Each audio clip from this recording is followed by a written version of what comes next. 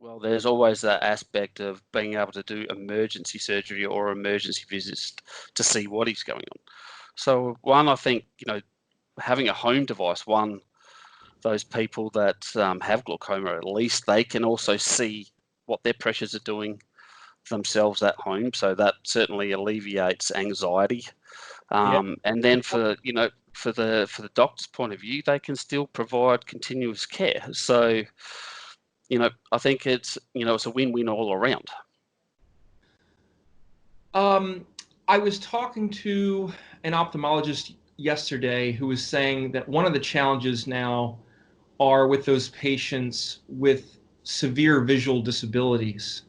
Um, One of the challenges, for example, he was saying in India was that, if you have glaucoma and now you're at home, you're running out of your timolol drops, you've got to stay in lockdown, you can't make it to a store to purchase more medications, it suddenly becomes a major compliance issue. So what do you do about that, or what recommendations would you have? Well, I think there's a few points to that. Compliance doesn't matter where we are in the world. Compliance is an issue, full stop, with glaucoma patients.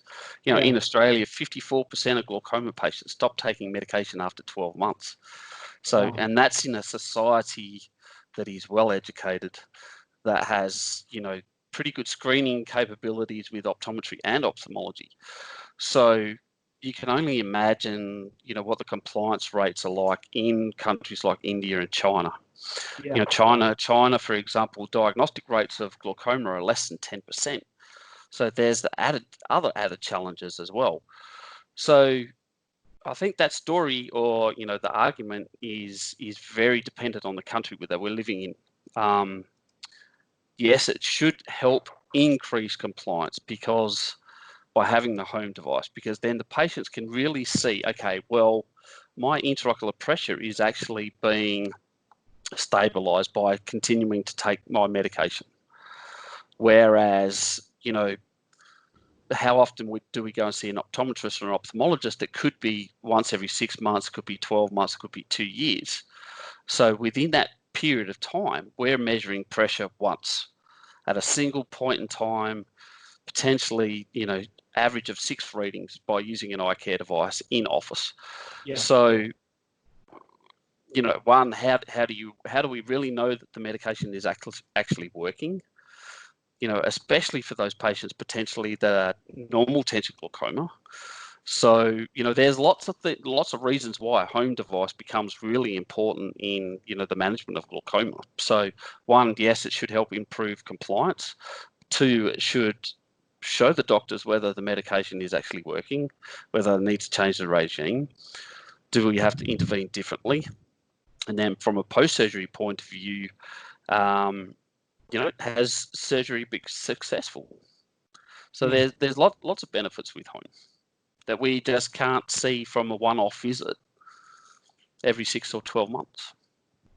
So, we connect on LinkedIn, Shane, and one of the questions that you had for me was, Matt, in your discussions with ophthalmologists around the world, do they feel they will have to change the way they screen and diagnose patients?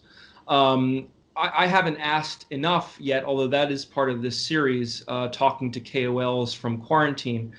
But in the meantime, my question, just to throw it back to you, is, let's say they believe now more than ever that home tonometry is the way to go now, given the situation in the world. How do they advocate for that? How do they buy into that at a time when so much of the world is in lockdown? Well, I think there's a few parts to that, question. So one, the question is, once the doors reopen, or even during this period of time, what is going to be best practice of how do we measure intraocular pressure, and what technology do we do that's ensuring, one, the safety of the optometrist and ophthalmologist and our patients. Non-contact or air puff tonometry and micro aerosols recently. Even to the point that Ramsco here in Australia has said, do not use air puff. Mm. Use Icare, or where absolutely necessary, use Goldman, but Icare first, because one, it uses a disposable probe. It's quick and easy, so there should be no risk at all, in cross-contamination between patients. And because it's quick, that proximity to your patient is that time is limited. So that's part of one.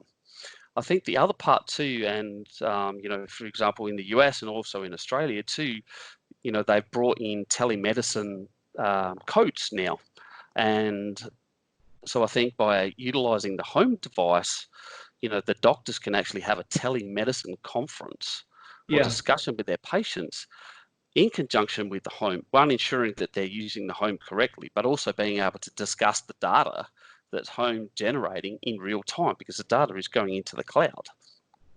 So I think, there's a few parts to, the whole, what does the future look like?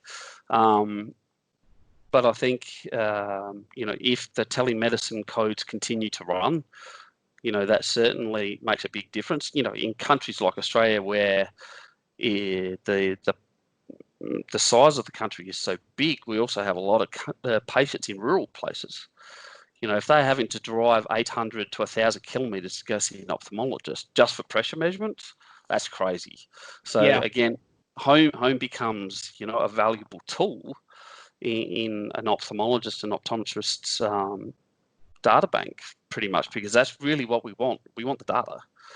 And I think too, the other part of that is, in countries where you have both optometry and ophthalmology, collaboration of care becomes really important.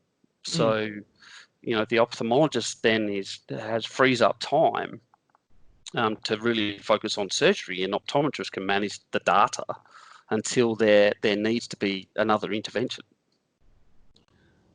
So Shane, just take me through the process too of how does a patient acquire this kind of a device? Do they really use it at home by themselves? Do they purchase it, or does the doctor purchase it and then give it to them during their period of use? What happens here? Well, that's very country dependent, but in Australia we sort of have both. Some patients want to have their own, so they'll purchase their own.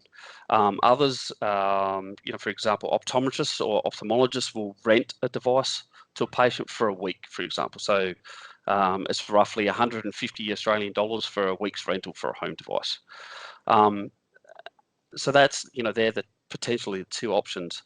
A lot of the cases in China, patients are buying their own. Japan, pretty much all of the patients are buying their own, because there isn't a reimbursement code in Japan for doctors to suggest that. So, it's variable.